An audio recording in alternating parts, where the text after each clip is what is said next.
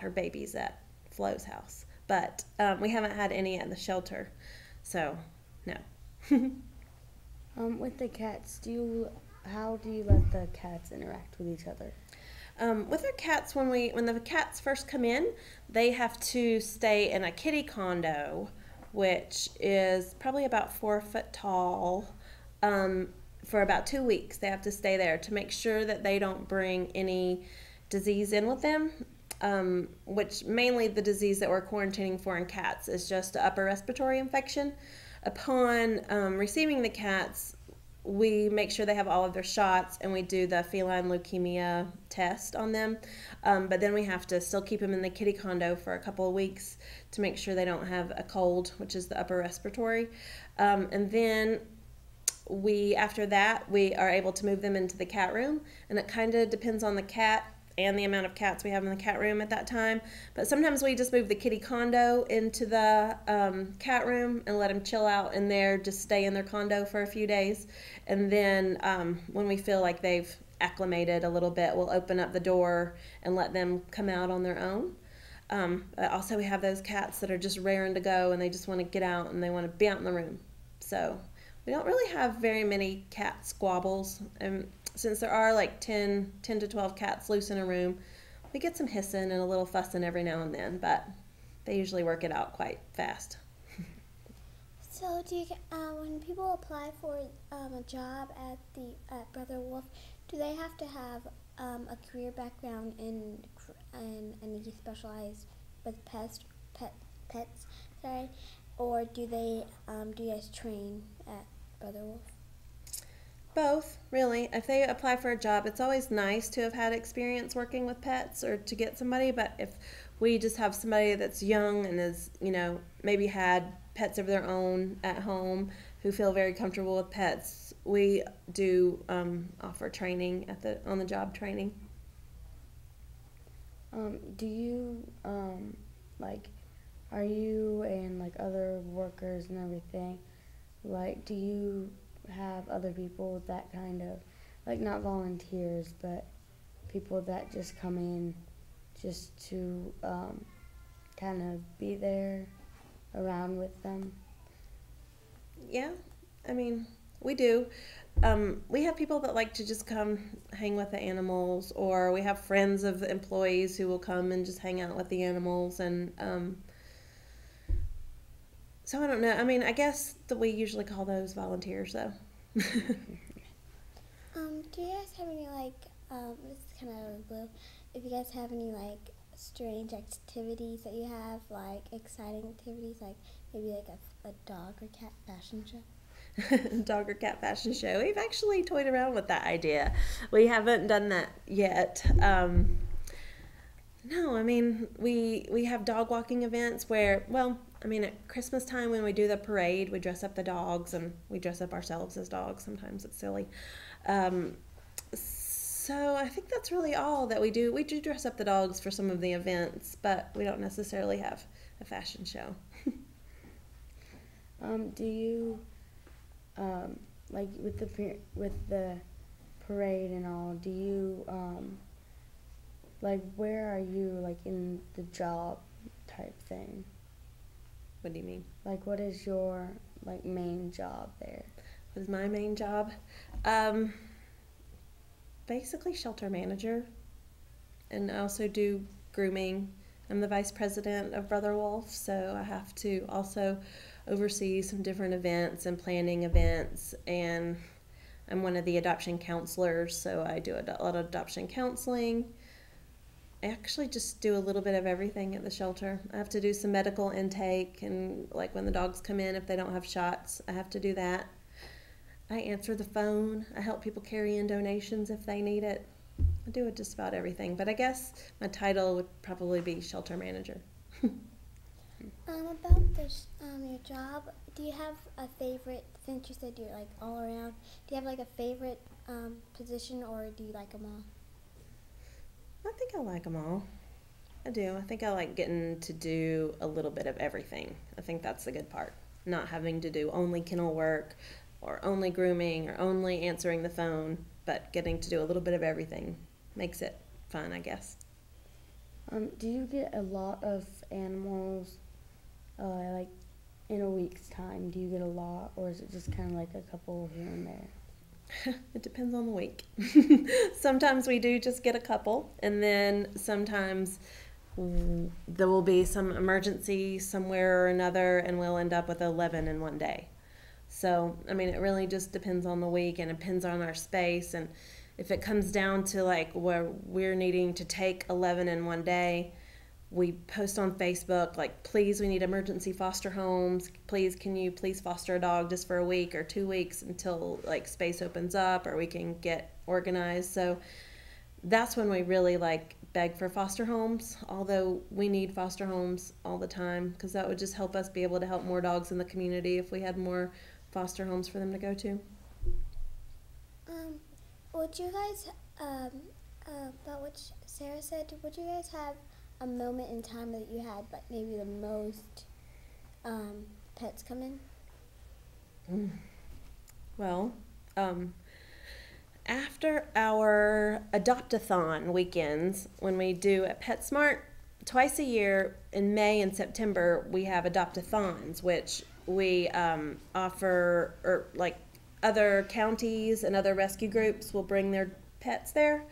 So at the end of the weekend, there are a few shelters that come that their shelters are small. They're from small counties other than Buncombe County.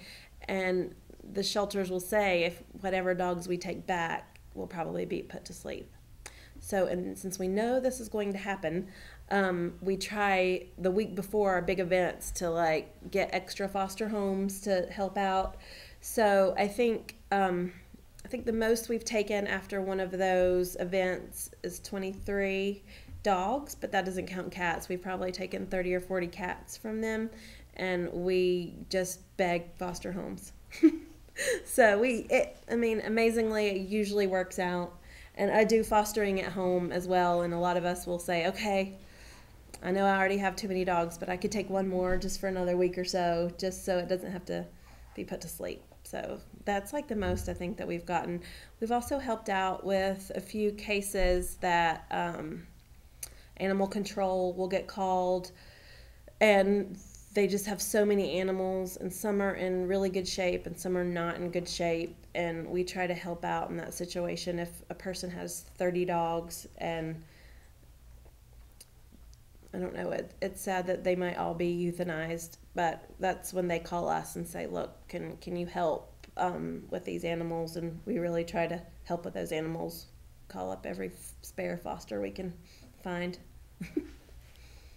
Back to like caring for the animal, is there like, besides sick animals, but is there like a special type of way, like is there like a routine to care for them? There is a routine. As soon as we get an animal at Brother Wolf, if it's an owner surrender, somebody who can't keep their animal any longer, and they have vet records, we get the vet records faxed to us, so we'll have like all their medical history. If they don't have any medical history, what we do is on the first day they are given their shots. It's usually the distemper parvo shot and the bordetella, which is for kennel cough, and then they are heartworm tested. So after giving the heartworm test, we usually give them a bath and then start them on flea treatment to make sure they don't have fleas. That's like the standard protocol. If we see a dog that has like a medical issue that needs to be seen by a vet, we put that on the appointment board and we get them to the vet as soon as possible. I mean, usually it's not like emergency stuff, like maybe a dog we suspect an ear infection, or they have a hot spot, which is just like a skin infection, or like we just took in a couple of dogs that were older. The dogs were about 10, and they kind of had gross teeth. So we're going to have to get them to the vet to get their teeth cleaned. In the beginning, you were talking about your dogs and cats. How many do you have of your own? Too many. Right now I have 4 cats and 10 dogs. That's a lot. And I have separated household because a lot of the dogs that I have were dogs that nobody else would have ever taken that had certain behavioral issues or whatever. And a couple of them are pit bulls who kind of get a little ornery sometimes with other dogs. I mean, they're wonderful, loving dogs, but I have one girl who doesn't like other girls. So you just kind of have to split them up that way. And luckily, I have the place to be able to do that, to like have have two separate fenced-in yards. So some go out on this side and some go on that side. But I make it work. They're not all very big. I only have a few big ones and then a few little ones. Do you ever turn anyone down, like to adopt or to donate? Usually not to donate, but we do have to turn some people down for adoption. And it's just case by case basis. I mean, sometimes people will just be adamant on wanting a certain dog, and you know right off the bat that that dog is not going to be good in their situation. Say it was a person who lived in an apartment that really wanted a hound dog or something, and hound dogs would not be good in an apartment, even though they fell in love with this dog. And we try to counsel them on a better choice for their lifestyle, and they refuse it. They say, no, I have to have that dog or nothing. Then we say, I'm sorry, it's going to be nothing. You're not going to get one of our dogs, because we know that either the dog will be returned or the landlord's going to get mad at the people. Or so we do have to say no sometimes. So when you went to college and all, did you find out then that you wanted to be in this profession with pets, or did you figure that out before when you had still pets?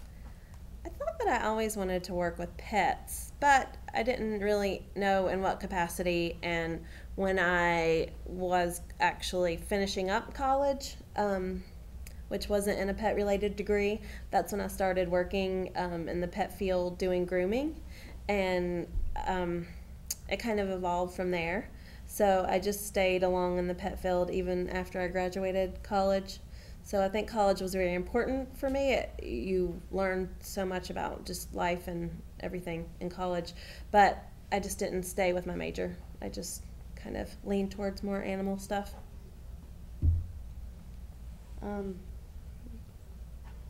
Thank you for coming.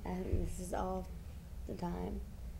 So, thank you very much for having me. It was fun. Next, we have a report on health and happiness. This segment on health and happiness will be about a drama about cyberbullying.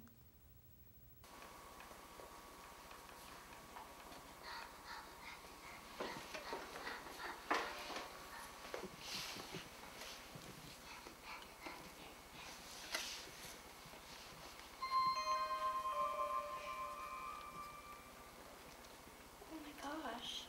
What? This girl, she's just getting on my nerves, really. What does it say? She says, "What are you wearing today?"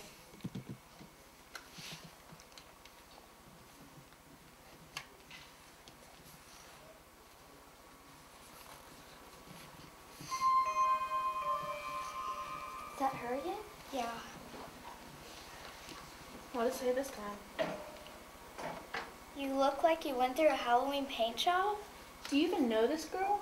Yeah, she's just been really mean lately. What am I supposed to say to that? Maybe you should ignore her. Yeah, I could, but I don't know if that's a solution. She might stop.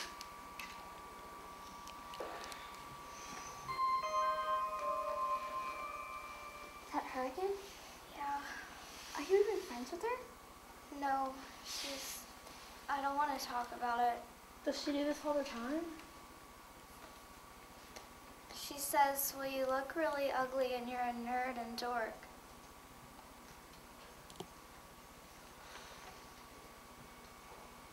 Do you know, like, anything I could say?